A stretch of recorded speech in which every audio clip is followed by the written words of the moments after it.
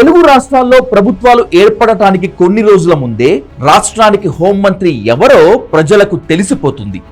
ఖచ్చితంగా ఓ dummy candidate ని, విషయ పరిజ్ఞానం లేని లీడర్ని, లేదా ఎస్సీ ఎస్టీ సామాజిక వర్గానికి చెందిన వాళ్ళని, ఎదిరించి మాట్లాడలేని వాళ్ళని, ఎస్ బాస్ అనే వాళ్ళని మాత్రమే హోంమంత్రులుగా నియమిస్తారని జనం అందరికీ ఎప్పుడో తెలుసు.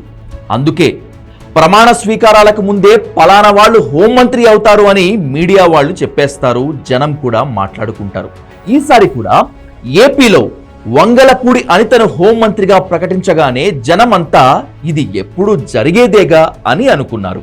ఇలా విషయ పరిజ్ఞానం లేని వాళ్లను, అసమర్థులని, డమ్మీ నేతలని ఎందుకు హోంమంత్రిగా నియమిస్తారో తెలుసా?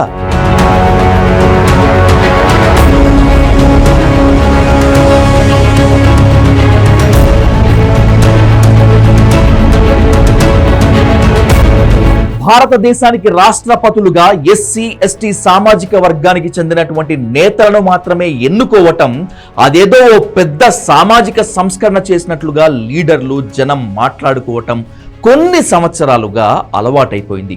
రాష్ట్రపతి పదవి అనగానే అది కేవలం ఎస్సీ ఎస్టీ నేతలకు మాత్రమే పరిమితమైన స్థానం అన్నట్లుగా పార్టీలు పోటీ పడి మరీ ఎన్నుకుంటాయి. ఓ ఎస్సీని, ఓ ఎస్టీని ఈ దేశానికి రాష్ట్రపతిని చేశాం చూశారా అని జబ్బలు చరుచుకుంటూ ఉంటారు. కానీ ఎస్సీ ఎస్టీలను ప్రధానమంత్రులుగా చేయరు. రబ్బరు స్టాంపు స్థానానికి మాత్రమే ఎస్సీ ఎస్టీలను డమ్మీలుగా ఉంచి సామాజిక సంస్కరణ ఏదో జరిగినట్లుగా బిల్డప్ ఇస్తూ ఉంటారు. తెలుగు రాష్ట్రాల్లోనూ అంతే. ముఖ్యమంత్రిగా రెడ్లు, కమ్మ, వెలమ నేతలు మాత్రమే ఉంటారు. అత్యంత ముఖ్యమైన హోంమంత్రిత్వ శాఖకు మాత్రం బలహీనమైన నాయకుల్ని, చెప్పు చేతల్లో ఉండే వాళ్లని, ఎస్సీలను నియమిస్తారు. పైగా ఎస్సీలను హోంమంత్రిని చేశాం, మహిళను హోంమంత్రిని చేశాం అని పదే పదే చెప్పడం ద్వారా వాళ్లను అవమానిస్తూ ఉంటారు. ఈ పద్ధతి ఏ ఒక్క పార్టీకో పరిమితమైంది కాదు. తెలుగు రాష్ట్రాల్లో అన్ని పార్టీల అధినేతలది ఇదే వరుస.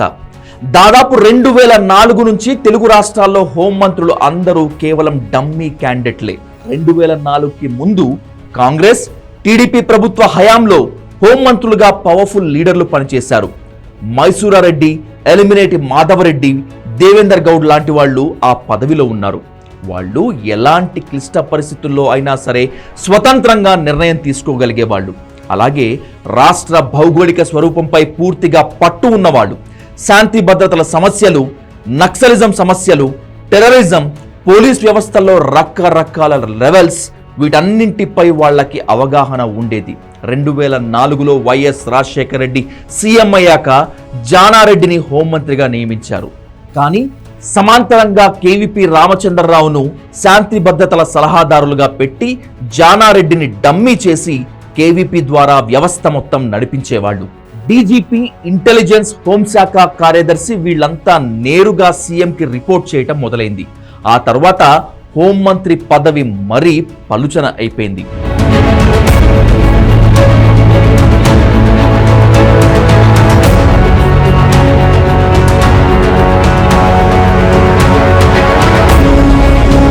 రెండోసారి ఎన్నికవగానే వైఎస్ సబితా ఇంద్రారెడ్డిని హోంమంత్రిగా నియమించారు.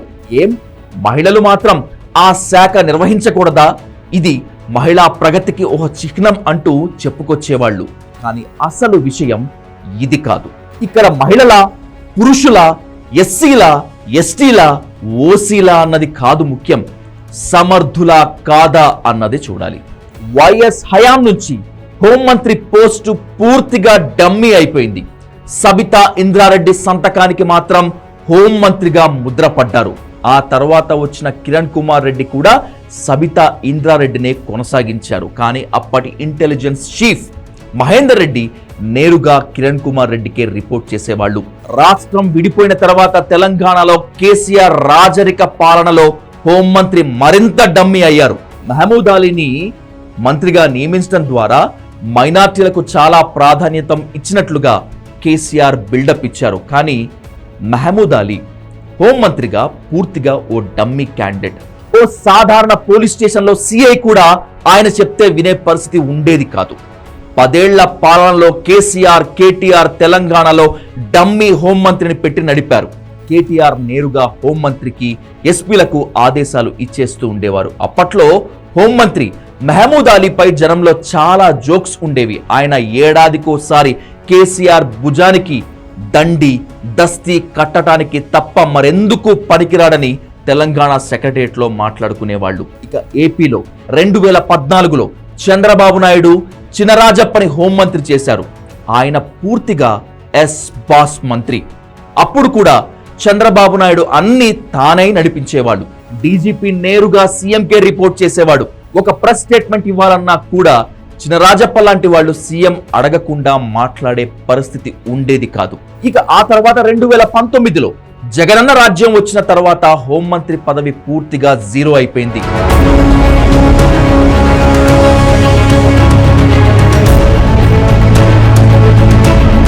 జగన్మోహన్ రెడ్డి 5 ఏళ్ల కాలంలో 2 ఎస్సీ మహిళా ఎమ్మెల్యేలను హోంమంత్రులుగా చేసి తాను ఎస్సీలు, మహిళల జనోద్ధరణకు కట్టుబడి ఉన్నానని ప్రగల్భాలు పలికారు.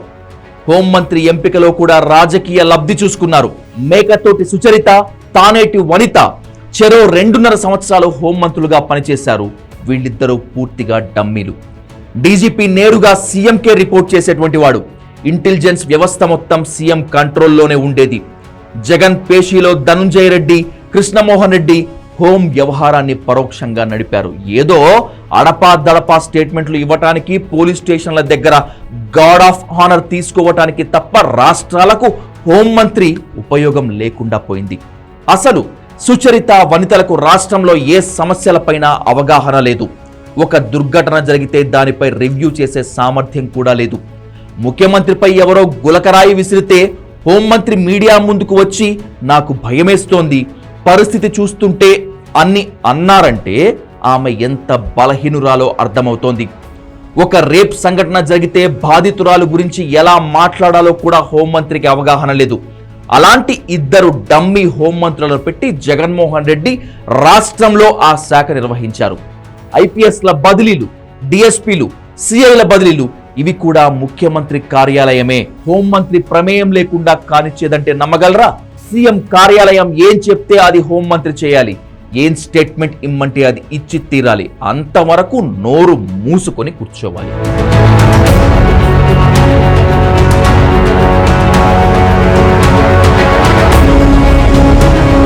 ఇది 20 ఏళ్లుగా తెలుగు రాష్ట్రాల్లో హోంమంత్రుల దీనగాథ.